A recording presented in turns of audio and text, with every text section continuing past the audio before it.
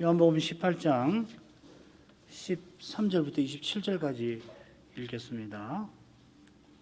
18장 13절부터입니다. 먼저 안나스에게로 끌고 가니 안나스는 그 해의 대제사장인 가야바의 장인이라.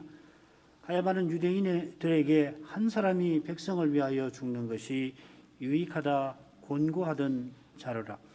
시몬 베드로와 또 다른 제자 하나가 예수를 따르니 이 제자는 대제사장과 아는 사람이라. 예수와 함께 대제사장의 집 뜰에 들어가고 베드로는 문 밖에 섰는지라. 대제사장과 아는 그 다른 제자가 나가서 문 지키는 여자에게 말하여 베드로를 데리고 들어왔더니 문 지키는 여종이 베드로에게 말하되 너도 이 사람의 제자 중 하나가 아니냐 하니 그가 말하되 나는 아니라 하고 그때 충고로 종과 하속들이 숯불을 피우고 서서 쬐니 베드로도 함께 서서 쬐더라.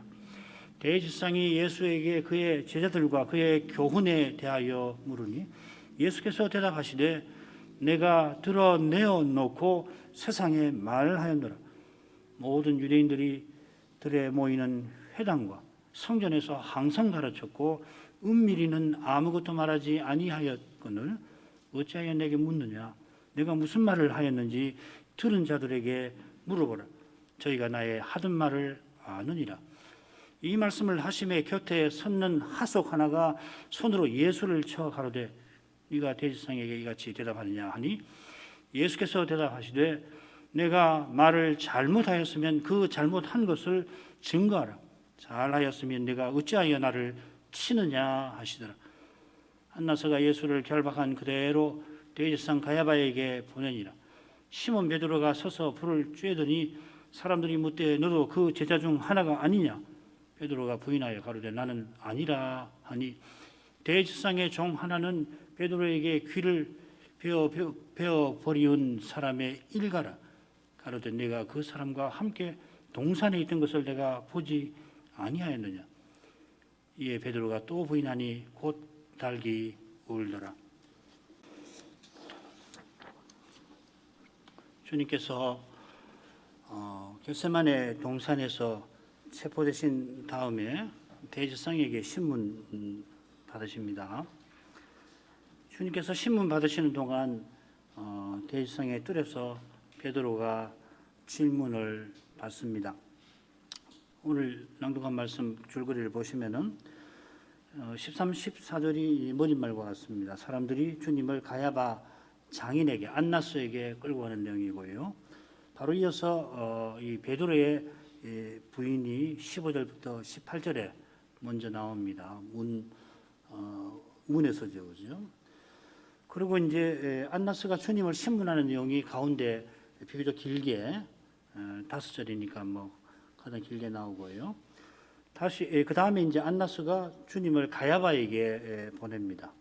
그리고 나머지는 이제 베드로의 부인 그리고 달기 울었다 하는 그 내용이 되겠습니다. 요한은 안나스가 주님을 신문하는 일을 중심으로 베드로가 주님의 제자임을 부인하는 일을 언급합니다. 안나스의 신문, 베드로의 부인이 이 주님의 그 증언, 내가 드러내놓고 세상에 늘 말하였다 하는 주님의 선언과 어둠과 빛처럼 그렇게 대조를 선명하게 이루고 있습니다.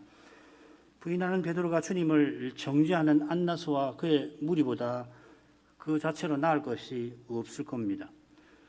이것을 깨닫는 사람, 베드로의 일이 나의 일이라고 하는 것, 심지어 가룟 유다의 죄가 있듯이 그 죄가 나에게도 있다고 깨닫는 사람은 기꺼이 베드로의 자리에 서서 주님께서 신문 받으시는 일을 기꺼이 살피려 할 것입니다. 그래야 요한 사도가 이 단락에서 전하려고 하는 교훈을 잘 받게 될 것입니다. 실은 요한 자신이 그날 밤에 베드로와 함께 있었고 베드로처럼 부인하며 거기 서 있었습니다. 그가 그때 나는 베드로와 달랐다며 이 사실을 결코 기록할 수가 없었을 것입니다. 오히려 지금 성신의 영감 아래에서 누구보다 자기 죄를 철저히 깨달으면서 이 사건을 기록하고 있습니다. 13, 14절로 가겠습니다. 먼저 안나스에게로 끌고 가니 안나스는 그의 의 대제사장인 가야바의 장인이라. 가야바는 유대인들에게 한 사람이 백성을 위하여 죽는 것이 유익하다 권고하던 자르라. 안나스의 이름이 누가복음에 한번 나옵니다마는 요한복음에 기록된 그의 신문이 공관복음에는 어디에도 나오질 않습니다. 자, 이런 것이 이 성경의 묘미 중에 하나라 저는 생각합니다. 성경이 하나님의 구속 역사를 담은 까닭에 틀림없이 일어난 사건들을 기록합니다마는 선자나 사도가 전하려고 하는 그 교훈에 비추어서 꼭 필요한 것만 각각이 남깁니다. 요한이 이 복음서 끝에 고백한 대로 만일 예수님의 행적을 낱낱이 기록한다면은 그 기록한 책을 세상이라도 두기에 부족할 것이다 할 것입니다. 예수께서 하나님의 아들 그리스도이심을 믿게 하고 그 이름을 힘입어 생명을 영생을 얻게 하는 바로 그 목적으로 이 책에 기록되지 아니한 다른 많은 표적도 행하였지만 오직 그것만 기록을 합니다. 자기가 이 성신의 영감 아래서 전하려고 하는 이 교훈을 전하는데 꼭 필요한 그것을 기록을 했다 하였습니다. 요한이 기록한 표적들은 7인데 오병이어의 표적 외에는 공관복음에 나오지는 않습니다. 오병이어의 표적을 기록하면서도 특별히 이 성찬 제정의 의미를 이어 교훈하고 있죠. 이것은 공관복음과 달리 요한이 성찬 제정식을 기록하지 아니한 것과 붙어 있을 것입니다. 우리로 하여금 성경을 늘 견주어 살펴서 그리스도의 복음과 교훈을 살피게 하려는 것입니다. 그렇게 살피는 사람은 훌륭한 도서관이 내게 필요하다 하는 것을 금방 알아차릴 것입니다. 도서관만 필요한 게 아니라 삶의 그 복잡한 여러 경험들 역시 깊이 살피게 될 것입니다. 하나님 말씀을 잘 알면 사람을 자연히 잘 알게 됩니다. 반대로도 마찬가지이고요. 하나님 말씀을 잘 깨닫고 그리스도를 아는 사람은 사람을 잘 살피고 그것이 말씀을 깨닫는 데 도움이 되는 겁니다. 상호작용을 그렇게 하는 겁니다. 주님의 신문을 일지처럼 정리한다면 얼마든지 할 수 있는데요. 주님이 체포되신 후에 먼저는 안나스에게 신문을 받고 그리고 가야바에게 가고 그 다음에 이제 야밤에 공예가 소집되어서 그 공예에서 신문을 받고 날이 샌 다음에는 날이 새고 난 다음에 곧장 빌라도에게 신문을 받으십니다. 그게 긴데 거기서 이제 십자가 처형이 결정이 되는데 그 신문 사이에 또 누구에게 신문을 받냐면 헤롯에게 신문을 받으십니다. 이것은 누가복음에 나옵니다. 그 강설지 보면은 그 토표를 참조해 두었으니까 늘 같이 읽어보시면 도움이 되시겠습니다. 안나스가 그의 대제사장 가야바의 장인입니다. 그의 아들 5 사이 가야바까지 모두 대제사장이었으니까 7이죠. 자기까지 치면은 이스라엘의 제사 제도는 이 마카비 시대만큼 어쩌면 그보다 더 심각하게 부패한 상태였습니다. 짧은 기간인데 이 외에도 대제사장이 또 있거든요. 그러니까 얼마나 이 부패했는지를 돌아볼 수 있죠. 마카비 시대가 상당히 부패해서 그 에피파네스 사건도 있고 했지만은 그때보다 더 심해요. 안나스를 가야바의 장인이라 하고서 가야바의 권고를 요한이 특별히 언급을 합니다. 이 권고가 어디 나오느냐면은 이 권고라는 표현이 어디 쓰이냐면은 예수님을 죽이려고 하는 악한 계략에 사용됩니다. 같은 표현입니다. 지금 권고의 말씀이 언급된 요한복음 11장에 그 내용이 나옵니다. 그 표현이 나옵니다. 가야바가 공회에서 한 사람이 백성을 위하여 죽는 것이 유익하다 했는데 나사로를 다시 살리신 사건으로 많은 유대인들이 예수님을 따르는 것을 보고서 예수님을 죽이려 하며 했던 말입니다. 여기 이 권고라는 표현이 계략이라는 말, 모의라는 말로 번역이 되어 있을 겁니다.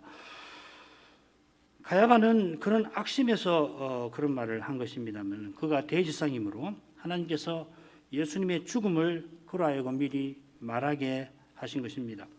거짓 선지자 발람이 발락의 돈에 매수되어 가지고서 그래서 이스라엘을 쳐서 예언하려고 했지만은 결국 이스라엘의 복에 관해서 예언하게 하신 것과 비슷한 면이 있습니다.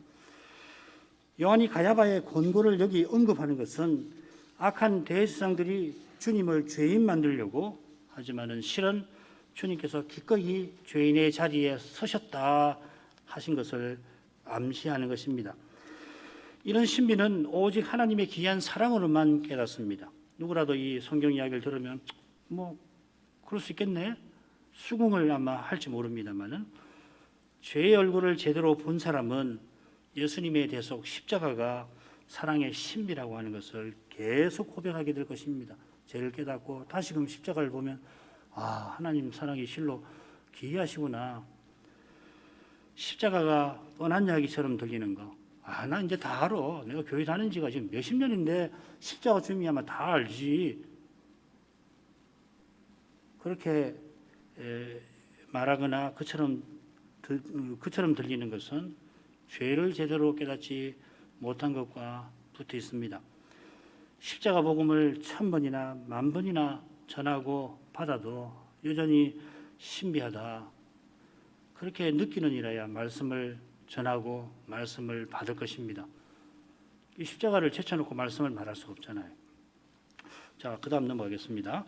시몬 베드로와 또 다른 제자 하나가 예수를 따르니 이 제자는 대제사장과 아는 사람이라. 예수와 함께 대제사장의 집들에 들어가고 베드로는 문 밖에 섰는지라. 대제사장과 아는 그 다른 제자가 나가서 문 지키는 여자에게 말하여 베드로를 데리고 들어왔더니 문 지키는 여종이 베드로에게 말하되 너도 이 사람의 제자 중 하나가 아니냐 하니 그가 말하되 나는 아니라 하고, 그때가 추운 고로 종과 하속들이 숯불을 피우고 서서 쬐니 베드로도 함께 서서 쬐더라. 베드로와 또 다른 제자가 예수님을 따릅니다. 요한이죠, 그죠? 요한복음 20장 2절에 보면 예수의 사랑하시던 그 다른 제자라고 나옵니다. 이름을 밝히지 않은 제자는 요한입니다. 그는 자기를 주의 사랑하시는 제자라고도 밝힙니다. 주의 사랑하시는 제자라 밝힌 것은 주님의 사랑을 드러내려고 함이듯이 자기 이름을 여기서 밝히지 않는 것도 베드로처럼 자신이 제자로서 자격이 없음을 고백하는 듯합니다. 요한은 아마 대제사장과 인척 관계였을 것입니다. 정확은 알 수 없어요. 이 대제사장과 아는 관계라고 하는 거, 인척이 아니면은 이게 설명이 안 됩니다. 요한의 직업이나 이런 것을 보면 대제사장이라고 하는 것은 고위직이거든요, 귀족이거든요. 그러니까 이 인척 관계가 아닐까. 어머니 살로메가 아마 대제사장 집안인데 어떻게 요한 아버지하고 혼인을 한 것, 그렇게 되게 추측을 합니다. 두 제자가 따릅니다. 예수를 따릅니다. 공간복음을 보면은 베드로만 멀찍이 주를 쫓았다 이렇게 되어 있는데, 요한복음에는 제자들이 도망친 일이 기록되어 있지 않은 데다가 불쑥 두 제자가 예수님을 따라갔다 이렇게 되어 있습니다. 그럴지라도 이어 나오는 베드로의 태도는 제자다운, 주님을 좇는 제자다운 모습은 결코 아니지요. 그가 신문 받는 주님을 따라간 것은 물론 그가 장담한 사실, 죽을지언정 주님을 버리지 않겠다 한 장담한 사실과 붙어 있습니다. 아마 베드로는 대제사장과 아는 요한에게 부탁해서 뜰에 들어왔을 겁니다. 베드로가 육체대로 예수님을 알았기 때문에 우리가 오전에 생각한 대로 여전히 육체로 지금 행하고 있는 겁니다. 육체로 행하는 일에도 사람의 눈에 존경과 칭찬받을 만한 것들이 물론 있습니다. 어느 독재자를 죽을 때까지 죽은 다합게 모신 그 사람이 그가 독재자가 지탄을 받자 헌신장처럼 버리던 사람들보다 조금이라도 칭찬받을 만하다 혹말할지 모르겠습니다만은 그 독재자에게 남편이나 아들을 잃은 여인은 그를 버린 사람보다 독재자를 끝까지 모신 그 사람을 더 미워할 것 같습니다. 지금 베드로와 요한이 주님을 따르는 것은 믿음의 눈에 칭찬할 게 전혀 없습니다. 이어 베드로가 취하는 태도가 그 증거입니다. 그런데도 그가 주를 따르려 했던 마음 깊은 곳에 성신의 신비한 사역이 있었다는 것을 잊지 말 것입니다. 주께서 베드로더러 주님을 부인할 거다. 주께서 베드로에게 네가 나를 부인할 것이다 하신 그 말씀이 이루어져야 합니다. 말씀하신 대로 이루셔야 해서 그렇습니다. 그처럼 주님께서 그리 말씀하신 것은 이미 베드로를 위하여 기도하신 것과 딱 붙어 있습니다. 누가복음에 있지요. 베드로가 돌이키게 하려고, 그래서 형제를 굳게 하게 하려고 그가 지금 부인하게 만드십니다. 그가 형제들을 굳게 하려고 그가 부인하게 하십니다. 이런 경험 때문에 베드로는 장차 나중에 사도로 할 때 형제들을 어떻게 굳게 할 수 있는지 잘 알게 될 것입니다. 절대로 사람으로 행하지 않도록 권했을 것입니다. 베드로가 어떻게 형제를 굳게 하는 말씀을 전했을까 능히 짐작할 수 있죠. 바울 사도가 날마다 내가 죽노라 고백한 것처럼 오직 그리스도를 고백하도록 베드로가 전했을 것입니다. 했을 것이 아니라 전했습니다. 주를 따르는 베드로에게는 소망스러운 것이 전혀 없습니다마는 그가 허망하게 장담하는 자신에게 완전히 말 그대로 절망하게 만드십니다. 그래서 절망이 우리에게는 복스럽게 되는 거죠. 소망을 주님께만 두게 하시는 것입니다. 그 주님께서 지금 베드로의 마음을 대지상의 뜰로 이끌고 계십니다. 요한은 그날 밤에 자기가 행한 일을 똑똑하게 기억합니다. 언제 이 서신을 쓴지 모르지만은 나이 많아서 썼겠죠. 자기가 주님과 함께 대지상의 그 뜰 안에 들어갔고 베드로는 우선 문 밖에 서 있었습니다. 정확하게는 그가 밖에 문을 향하여 서 있었다 이렇게 되어 있습니다. 요한이 아마 허락을 받고서 문 지키는 여자에게 말하여 베드로를 뜰 안에 데리고 들어왔습니다. 역사학적 관점에서 보더라도 당시 사건에 관하여서 이 사도의 증언보다 믿을 만한 게 없습니다만은 놀랍게도 공관복음과 달라 보이는 점들을 들어서 사도의 글을 계시로 받지 아니하는 이가 오늘날 실로 많습니다. 성신께서 주시는 신뢰 없이는 아무도 성경을 하나님 말씀으로 받지 못합니다. 역사학적으로 아무리 성경을 연구하고 성경을 원문으로 그 외다시피 하더라도 하나님 말씀으로는 안 맞는 거예요. 아마 여기 기록된 베드로의 부인이 공관복음과 많이 다르다는 것을 이미 느끼셨을 줄로 아는데 사건들을 정확하게 완벽하게 재구성하는 것이 우리의 궁극적인 목적이 아닌 것처럼 우선은 요한복음의 순서를 좇아서 사도의 교훈을 받고자 힘쓰는 것이 좋습니다. 이게 아무도 못합니다. 기독교 역사 2000년이지만은 이 베드로의 부인이 정확하게 어떤 역사적 순서로 일어났는지 완벽하게 설명하는 사람은 없습니다. 세대주의자들 가운데서는 3번 부인한 게 아니라 9번 부인했다. 그렇게 주장하는 사람도 있습니다. 9번인지 모르지만 꼭 3번이라고 단정하기도 어려워요, 사실은. 우선은 우리는 이 요한복음을 하니까 요한복음의 순서를 따라서 사도가 뭘 교훈하려고 했던가 그것을 잘 받으려고 힘써야 할 것입니다. 그날 일어난 일이, 아니 주님께서 그날 행하신 일이 무엇인지 이 요한의 관점에서 보는 것이 지금 우리가 할 일이라 할 것입니다. 요한이 문 지키는 여인에게 말하여 베드로를 데리고 들어오는데 그 여인이 이 불쑥 여종입니다. 베드로에게 말을 겁니다. 지금 요한이 수십 년 전에 일어난 일들을 기록해 나가는데 바로 이 지점에서 여종이 베드로에게 말하고 있다 이렇게 쓰고 있습니다. 지금 쓰는 게 아니라 요한이 여러 필사자들 앞에 두고 구술을 하고 있으니까 제 심장으로는 눈을 지그시 감고 마치 그날에 있었던 일을 눈앞에 보듯이 말하고 있는 것 같습니다. 이게 지금 강조하는 겁니다. 사실은요. 실은 요한이 이 점을 강조하고 있는 겁니다. 이에 그 여종이 말합니다. 말하고 있습니다. 이렇게 구술합니다. 그처럼 베드로가 대답하는 것도 똑같이 구술합니다. 베드로가 말하고 대답하고 있습니다.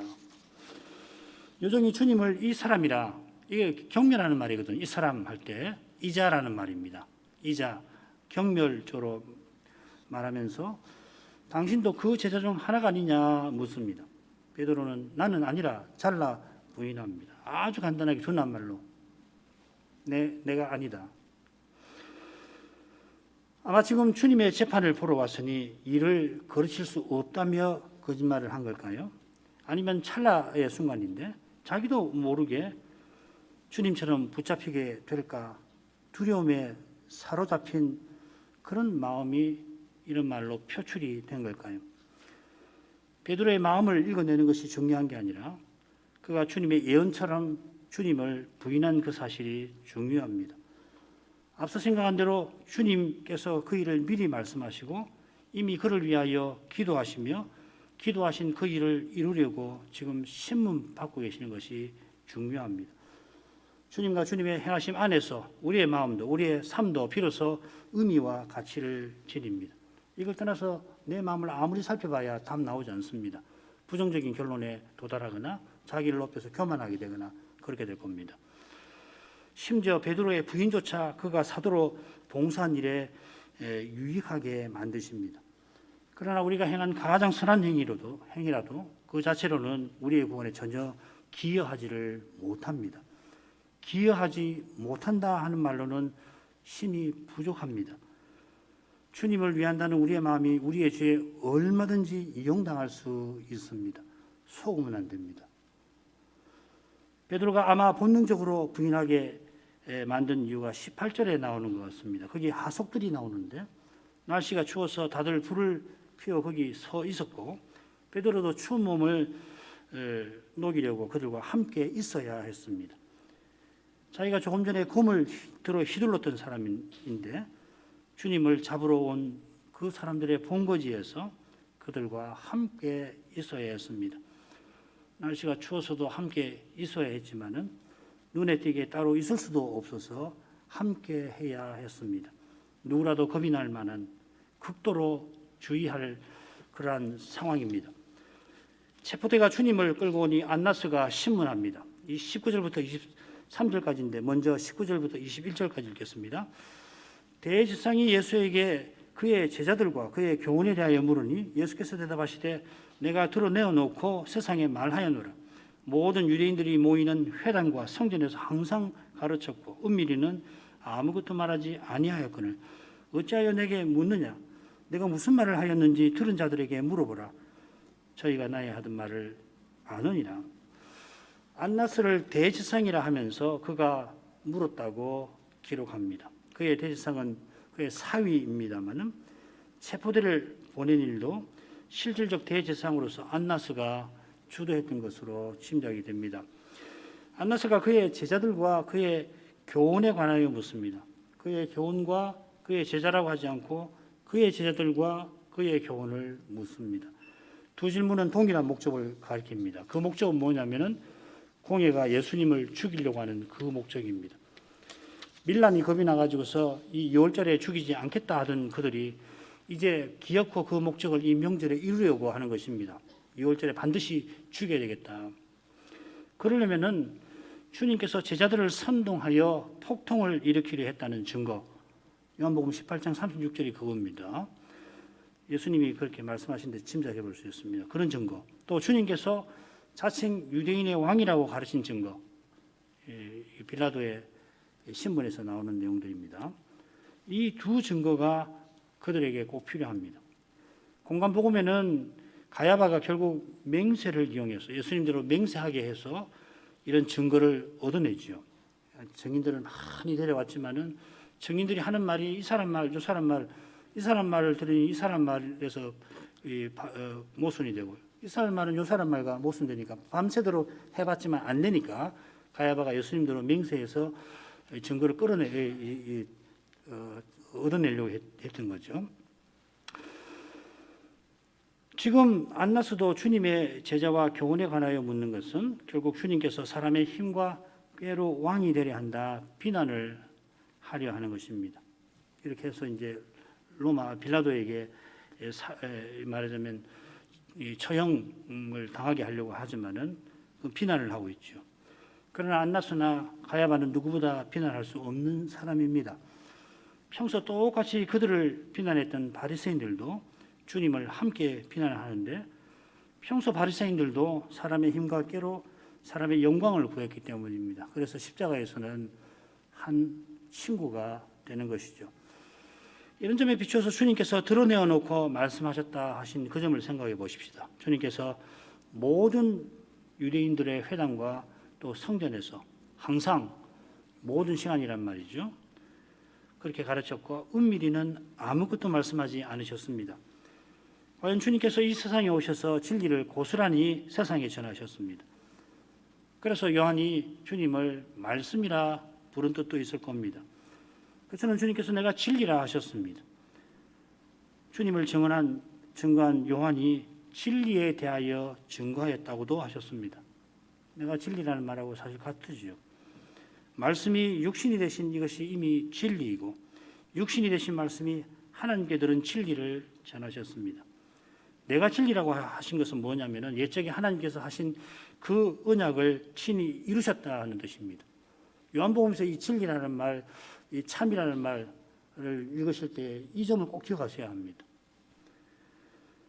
요한이 등불이면 주님께서는 대낮의 햇빛처럼 하나님의 말씀을 전하셨습니다. 그래서 주님에게서 당연히 은혜와 진리가 충만히 드러났습니다. 사랑과 진실이죠, 그죠? 함께 가는 것입니다. 진실과 은혜. 주님께서 침묵하실 때조차 드러내놓고 아버지의 뜻을 이루셨습니다. 다음 날 주님께서 빌라도에게 내가 진리에 대하여 증거하기 위하여 세상에 왔다 하시는데 그러면서 내가 왕이라고 덧붙이십니다. 예수님께서 왕으로 세상에 오신 것은 하나님 말씀을 이루기 위함이라는 뜻이죠. 그 말씀을 이루려고 왕이신 그분이 십자가에 곧 달리실 것입니다. 이로써 사람의 힘과 꾀로 사람의 영광을 드러내는 육신과 세상을 정죄하십니다. 지금 주님께서 하나님의 영광을 위해서 하나님의 능력과 지혜로 계십니다. 사도가 전한 대로 그리스도를 전하고 받는 거기서 그리스도는 자신이 하나님의 능력이요 지혜이심을 친히 입증하실 것입니다. 우리를 통해서 주님처럼 살아가는 고난받는 교회와 신자를 통해서 거룩한 능력을 입증하실 것입니다. 주님께서 안나서에게 왜 내게 묻느냐 되물으십니다. 이는 그들이 이미 주님을 죽일 기회를 엿보았지만 이루지 못한 것을 가리킵니다. 아울러서 공관복음에 나오는 것처럼 그 밤에 그들이 많은 증인들을 데려오지만은 그 증거가 이루지 못할 것을 암시합니다. 그처럼 주님께서 주님의 말씀을 들은 자에게 물어보라고 하십니다. 대제사장들이 주님을 정죄하려고 들은 자들을 데려오지만은 그들의 증거가 하나도 합하지 아니할 겁니다. 그들이 참으로 들은 자라면은 거짓 증인으로 거기 가지 않았을 거고 거기 가는 자들은 주님을 참으로 듣지 못한 자들입니다. 그런데 참으로 들은 베드로가 자기가 제자라고 하는 것을 겉들에서 부인하고 있습니다. 주님 말씀과 모순이 되죠, 그렇죠? 그가 제자답게 바른 고백을 드리던 자리에서 주님의 십자가를 반대했던 것처럼 그처럼 겟세마네 동산으로 가는 길에서 자기가 천국에서 크고자 했기 때문에 그래 당금을 동산에서 휘둘렀기 때문에 주님과 진리를 위하여 죽기보다 죽음을 부지하기 위하여 예수님의 제자임을 부인합니다. 그런데도 주님께서 담대히 안나서에게 들은 자들에게 물어보라 하십니다. 그들의 증언에 도움을 받고자 하심이 아닙니다. 십자가로 나아가고자 하심입니다. 진리를 확신하는 사람은 이 세상에서 혼자 되더라도 그 진리를 붙들 것입니다. 그 사실이 그 진리가 이루어지는 증거여서 그러합니다. 주님께서 아버지의 뜻을 이루고 계시지만 하속 하나가 감히 주님을 칩니다. 22절 23절입니다. 이 말씀을 하시며 곁에 섰는 하속 하나가 손으로 예수를 쳐 가로되 네가 대제사장에게 이같이 대답하느냐 하니 예수께서 대답하시되 내가 말을 잘못했으면 그 잘못한 것을 증거하라. 잘하였으면 네가 어찌하여 나를 치느냐 하시더라. 이 하속이라는 말은 오늘 오전에 본 것처럼 겟세마네 동산에 주님을 잡으러 온 그 군사를 유대인 군사를 가리키죠. 종하고 구분됩니다. 이 하속들은 종이 아니고 시민이죠. 자유인이죠. 군인입니다. 그러니까 계급이 있는 군인이라 생각하시면 됩니다. 이 사람이 조금 전에 겟세마네에 왔던 인물 중에 하나인지 그건 확인할 수가 없습니다만은 만일 그런 인물이라면은 이 사람은 거룩한 감각이 전혀 없는 사람입니다. 겟세마네에서 그것을 보고서 주님의 거룩한 영광을 보고서 이렇게 한다면은 거룩한 감각이라고 찾아볼 수 없는 사람이죠. 이번 선거에 모 후보를 찍으면 찍은 손을 잘라버리고 싶으실 거다. 그런 그런 말이 있었는데 이 사람이야말로 장차 심판대에서 주님을 친 그 손만 아니라 자기 말도 그렇게 행한 자신도 한없이 영원히 미울 것입니다.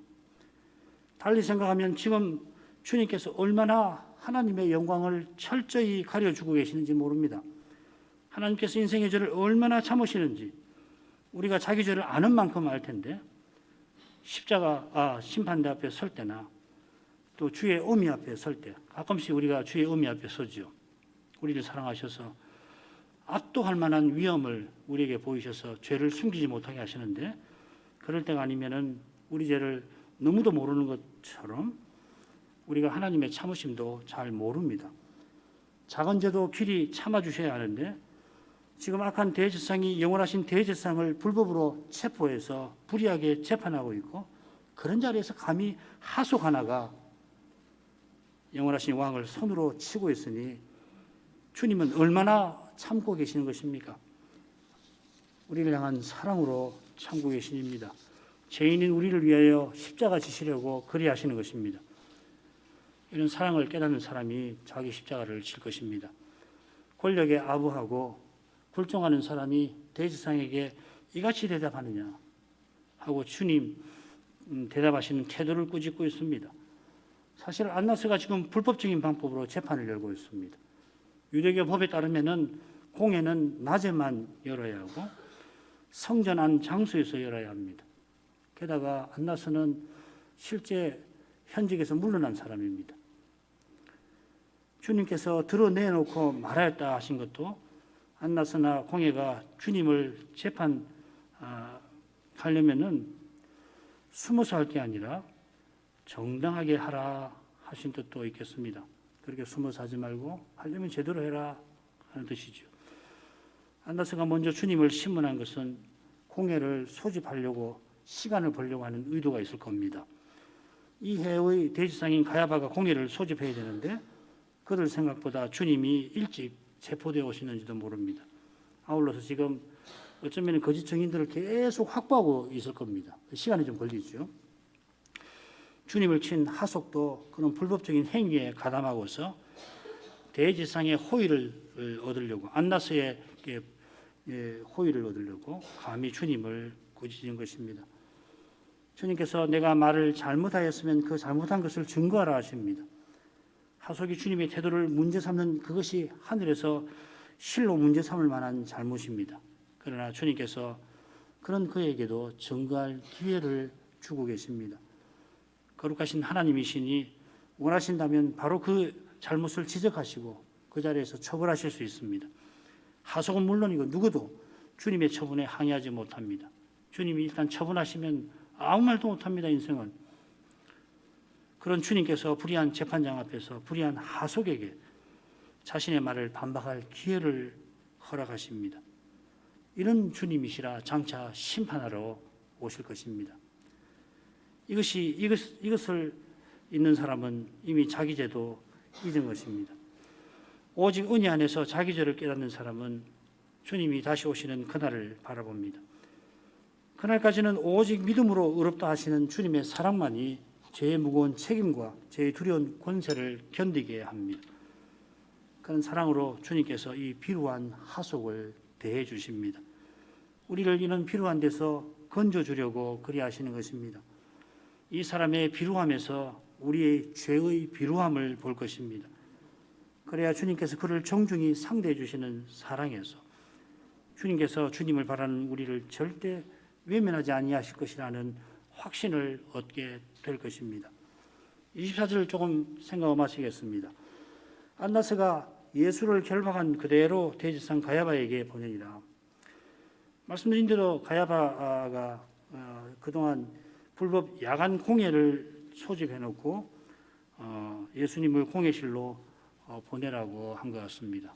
안나스가 시간을 좀 벌어주고 가야바는 시간을 통해서 공회를 소집해 놓고 되었으니 이제 보내시오 한 거겠죠. 공안복음에 보면은 가야바가 많은 증인들을 동원해 놓았습니다. 안나스가 예수님을 신문하는 동안도 그런 거짓 증인을 찾고 있었을지 모릅니다. 똑같은 생각에서 안나스가 예수를 결박한 채로 보낸 것입니다. 이미 판결은 내려놓았습니다. 안나스나 가야바나 이미 예수님을 죽이려고 마음을 굳힌 상태입니다. 주님께서 이 죄의 문제를 해결하려고 선선히 가야바에게로 끌려가십니다. 인류 역사에서 가장 길고 가장 어두운 밤이 깊어갑니다. 당장에는 영원히 그 밤이 어두워져 갈 것 같습니다만은, 그러나 영원히 밝아져 갈 그 순간이 곧 시작될 것입니다. 기도하겠습니다. 거룩하신 아버지, 하나님의 아들이신 예수 그리스도께서 불의한 대제사장에게 신문 받으신 일에서 죄인인 우리를 구원하시는 하나님 사랑이 얼마나 기이하신지를 생각하게 하십니다. 주님께서 왜 그렇게까지 고난 받으셔야 했는지, 필요한 하속에게 손으로 맞으셔야 했는지, 저희가 우리 죄를 깨닫는 만큼 아무리 깨닫는다 하더라도 조금밖에 헤아리지 못할 것 같습니다. 그처럼 우리 죄가 아무리 많을지라도, 아무리 크다 할지라도 주님께서 용서하시지 못할 죄가 없게 하셨다 하는 생각을 품습니다. 우리의 삶이 실로 비루하게 느껴지는 그때 주님께서 이런 우리를 얼마나 오래 참으시는지, 참으시는 이유가 실로 주 안에서 영원히 영화롭게 하려 하신 데 있는 줄 믿습니다. 장차 그리스도와 같아지게 하실 그 약속이 이날에 더욱 소망스럽습니다. 이 약속이 소망스러운 만큼 지금 이곳에서 주님 외에 어떤 것에도 소망을 두지 못하게 하십니다. 사람이 희망을 먹고 산다는 그런 말이 있듯이 절망만큼 고통스러운 것은 물론 없지만은, 그러나 참된 기쁨을 위하여 진정한 고난을 이렇게 통과하게 하시는 줄 압니다. 우리의 연약함을 주님께서 이 땅에서 친히 맛보셨습니다. 인생이 맛보았던 가장 비루한 것보다 더한 일도 주님께서 당하실 뿐만 아니라 그 비루함의 극치를 그 밤에 또 십자가에서 맛보신 줄 압니다. 주님의 사랑을 더 깨닫게 하옵소서. 사도와 같이 가장 비참한 비루한 자리에 기꺼이 처하게 하옵소서. 그래서 참으로 영광스러운 자리에 이미 놓아두셨다는 것을, 곧 그리스도의 몸에 속하게 해주신 것을 감사하게 하옵소서. 예수님의 이름으로 기도합니다. 아멘.